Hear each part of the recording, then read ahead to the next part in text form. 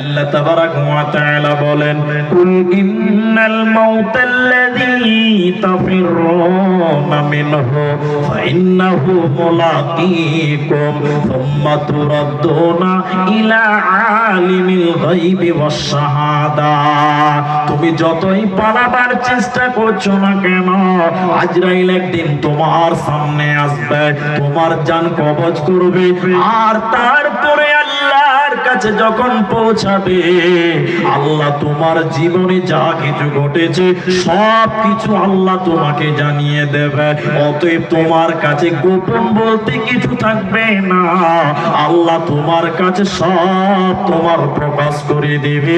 অতএব মৃত্যু থেকে পালাবার উপায় রবে না।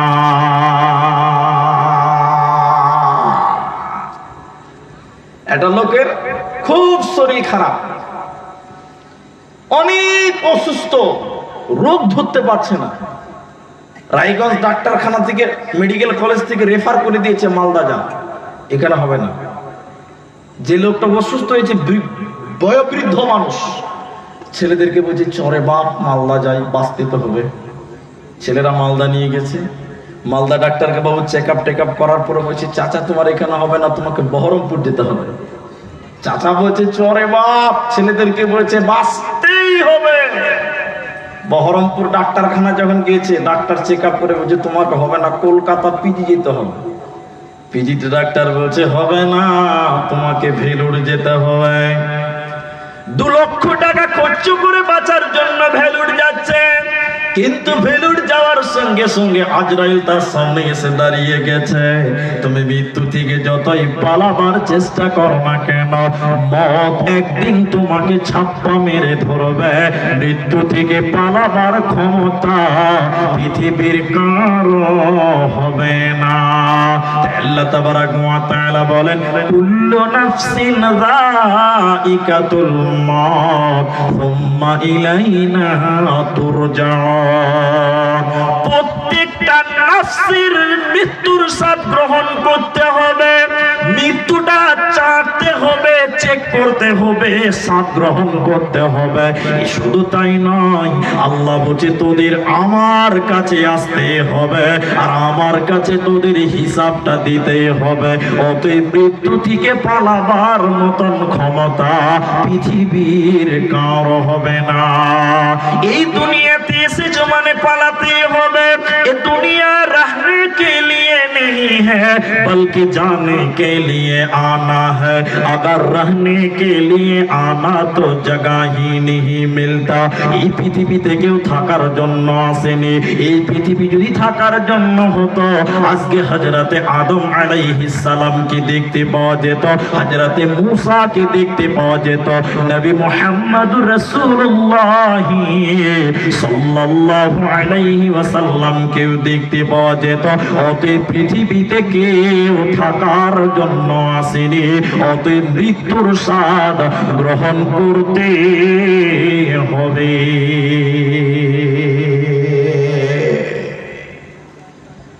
দেখেন আমাদের নবী মৃত্যু গ্রহণ করছে, স্বাদ গ্রহণ করছে। দেখেন আমাদের রাসূল নবী মুহাম্মদ মৃত্যুর ঘটনাটা শুনেন। মৃত্যুর কি কঠিন, মৃত্যু কত জটিল, মওত কত কঠিন, মওত কত জটিল।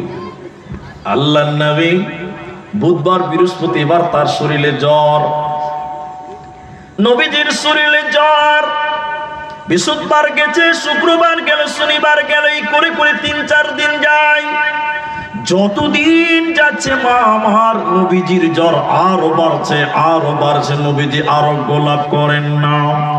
শনিবার চলে গেল, রবিবার সকাল হচ্ছে, আল্লাহর নবীর শরীরে এতটা জ্বর, নবীজি থরথর করে কাঁপছে।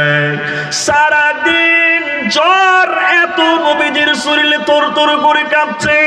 রবিবার দিন যখন রাত হয়ে গেছে, নবীজির শরীরে এত জ্বর, আল্লাহর নবীর শরীরে এত জ্বর, নবীজি জ্বরের কারণে তরতর করে কাঁপছে। নবীজির জ্ঞান হারিয়ে যায়, নবীজি অজ্ঞান হয়ে যাচ্ছে, নবীজি বেহুশ হয়ে যাচ্ছে। আল্লাহর নবী এমন সময় গভীর রাত্রিতে নবীজি তাহাজ্জুদের নামাজ পড়ার পর ফজরের নামাজ পড়ে জ্বরের কারণে নবীজি অজ্ঞান হয়ে গেল। এত জ্বর, নবীজির জ্ঞান নাই, নবীজি জ্ঞান হারিয়ে গেছে। এমন সময় ফজরের আজান মসজিদে নববীতে হযরত বেলাল আজান দিয়েছে। নবীজি অজ্ঞান হয়ে আছে, সাহাবীরা নবীজির জন্য অপেক্ষা করছে। নবীজি ফজরের জামাতের ইমামতি করবেন, নবীজি ফজরের ইমাম হবেন। সাহাবীরা অপেক্ষা করতে করতে যখন নবীকে পেল না, নবীজি যেহেতু অজ্ঞান হয়ে আছে, সাহাবীরা হযরতে আবু বকরকে ইমাম বানালেন। হযরতে আবু বকর ইমামের মুসল্লায় গেলেন। নবীজির এত জ্বর, নবীজি জ্ঞান ফিরে পেল, বিশ্ব নবী জ্ঞান ফিরে পেলেন। নবীজি বললেন, আয়েশা রে তুমি বলো এখন কোন টাইম রে আয়েশা? মসজিদে নববীতে কি আজান দিয়েছে বলো। আম্মু জান আয়েশা বলেন, ইয়া রাসূলুল্লাহ, দয়ার নবী গো অনেকক্ষণ আগে আজান দিয়েছে। সাহাবীরা অপেক্ষা করতে করতে আপনাকে না পেয়ে আমার আব্বা আবু বকরকে ইমাম বানিয়েছে। লম্বা ঘটনা আমি সারমর্ম তুলে ধরছি। নবীজি মসজিদের দরজায় গেছিলেন, অনেক ঘটনা। সোমবার দিন সকাল হচ্ছে, রাসূলের জ্বর যেন আরো বেড়ে যাচ্ছে, আরো বেড়ে যাচ্ছে। নবীজি থাকতে পারে না, নবীজি থর থর থর থর থর থর করে কাঁপছে। জ্বরের কারণে নবীজি অজ্ঞান হয়ে যায়। নবীজি থাকতে না পেরে বলেন, আয়েশা রে আমার মেয়ে ফাতেমাকে খবর দাও। বোন ফাতেমা নবীজির বাড়িতে এলেন।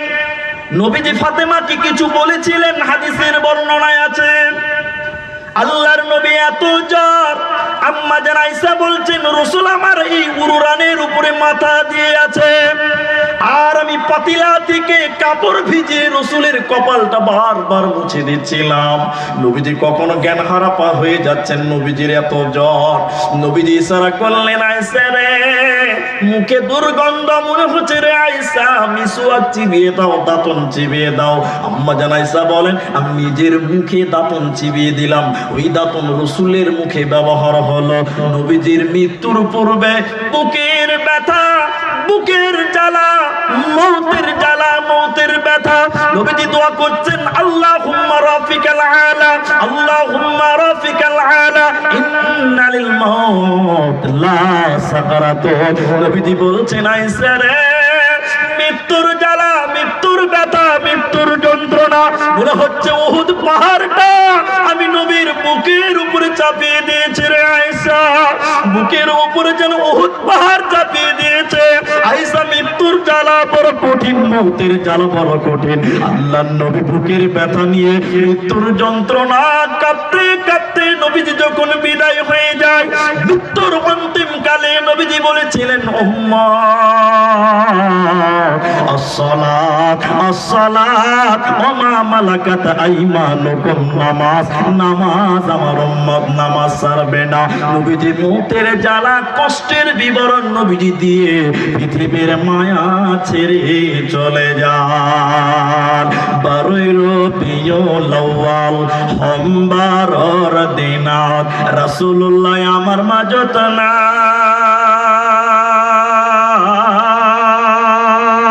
আল্লাহু তাআলা কি নীলাকারে আমার মাজরে পরায়।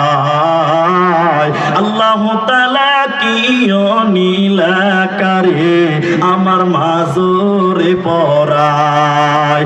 ফাতিমা বিবি, ফাতিমা বিবি কান্দিয়া বলিলে, পিতাই আছে আমার মাঝত নাই।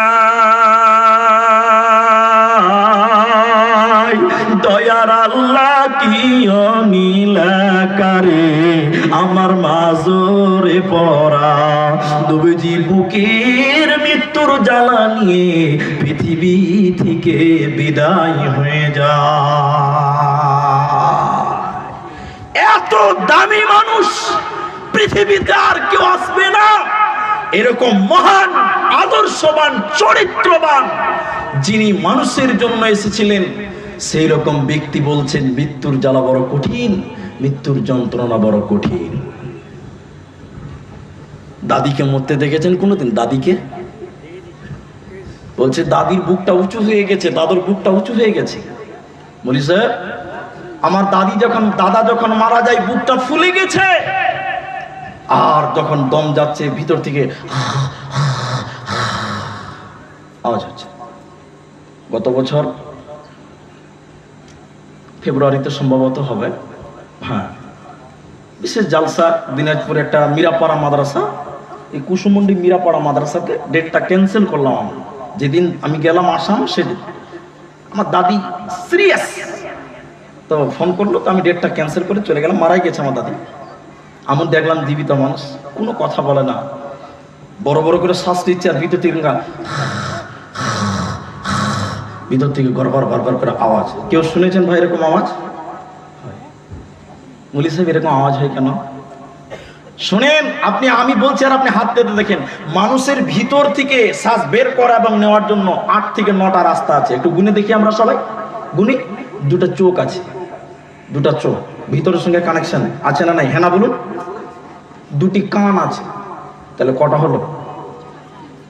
একটু কথা বলেন, কটা হলো? 4টা হলো। নাক একটা, কটা হলো?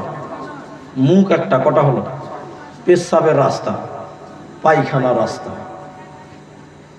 ভিতর থেকে এরকম গড়গড় করে আওয়াজ হচ্ছে, বুকটা ফুলে যাচ্ছে। আমর ইবনে আস রাদিয়াল্লাহু তাআলা বিখ্যাত সাহাবী রাসূলের, তিনার অভ্যাস ছিল মানুষ যখন কোথাও খাড়ি গোপালপুর, কোথাও রসাখোয়া, কোথাও বিলাসপুর, এই যখন এলাকা থেকে অসুস্থ হয়ে মৃত্যু শয্যায় সজ্জিত হয়ে যেত, একদম মৃত্যুর কাছাকাছি হতো, আমর ইবনে আস, আমার দিকে দেখেন, আমর ইবনে আস ওই লোকটার কাছে যেতে বলতেন, কেমন লাগছে ভাই, কেমন লাগছে, কেমন লাগছে, তুমি বলো বলো বলো, মৃত্যুর সময় তোমার কেমন লাগছে, একটু বলো বলো বলো বলো। আমর ইবনে আস বলছে, এত মানুষের কাছে তিনি গেছে, কিন্তু কেউ কোনোদিন তাকে কেমন লাগছে এই কথাটা বলতে পারেনি। আমর ইবনে আস মারা যাচ্ছেন। আমর ইবনে আস কাঁদছে, অঝর নয়নে কাঁদছে। ছেলেরা বলছে, কাঁদছেন কেন? আপনি না রাসূলের সাহাবী, লম্বা ইতিহাস আমি বলছি না। উনি যখন মারা যাচ্ছে ভিতর থেকে গড়গড় করে আওয়াজ আসছে। হযরতে আবু বকর এবং আরো অনেক সাহাবী তিনার কাছে গিয়ে বললেন, বলো বলো বলো, তুমি না বহু মানুষের কাছে জিজ্ঞাসা করেছো কেমন লাগছে কেমন লাগছে। আমর ইবনে আস, এখন আপনি মৃত্যুর কাছাকাছি চলে এসেছেন, আপনি বলুন আপনাকে কেমন লাগছে। মা আমার, ইন্না লিল মাউত লা সাকারাতুন, মৃত্যু কত কঠিন, মৃত্যু কত জটিল। আমর ইবনে আস ভালো করে কথা বলতে পারছে না, এরপরও তিনি বলছে, বেটা রে, ও রাসূলের সাহাবীরা তোমরা শোনো, আমার পায়খানা হয়ে গেছে, পায়খানার রাস্তা বন্ধ, পেশাবের রাস্তা বন্ধ, কানের রাস্তা বন্ধ, নাকের রাস্তা বন্ধ, ছোট্ট মাত্র একটা ছিদ্র, শ্বাস নালী যেটা নিয়ে অহরহর বড় বড় শ্বাস আমরা নিচ্ছি বের করছি, অক্সিজেন নিচ্ছি অক্সিজেন বের করছি। আমর ইবনে আস বলছে, ও রাসূলের সাহাবীরা, আমার শ্বাসনালীটা এত ছোট হয়ে গেছে, এত সংকীর্ণ হয়ে গেছে, সুইয়ের পেছনে যেমন ছিদ্র থাকে অতটুকু ছিদ্র যেন আমার গলাতে আজকে হয়েছে। শ্বাস নিতে পারছি না, শ্বাস নিতে পারি না, বের করতেও পারি না। এজন্য মানুষের মৃত্যুর সময় ভিতর থেকে এই রকম আওয়াজ আসে। অতে মুসলমান, ওই টাইমে যদি আল্লাহর দয়া পেতে চাও, তাহলে তুমি আল্লাহকে বন্ধু বলে গ্রহণ করো। মৃত্যু আসান হবে। আমল বলছি, আরেকটা বলি, এদিকে দেখেন, এটা রুমাল, সুতির রুমাল, এদিকে দেখেন, এদিকে দেখেন। একজন বর্ণনা করছে মৃত্যু কেমন, যখন জানটা বের করে নেয়, কেমন কেমন কেমন কেমন। এদিকে দেখেন, বোরের গাছ বুঝেন আপনারা? কুল বুঝেন না বোর বুঝেন? বোর, বোরের গাছে ডাল আছে, আর ডালে দেখবেন কাঁটা আছে, কাঁটা কাঁটা। ধরেন এটা একটা ডাল, আমার দিকে দেখেন, অনেক কাঁটা। এদিকে এই সুতির কাপড়টা দিয়ে এই কাঁটাতে জড়িয়ে দিয়ে দেখে টানি,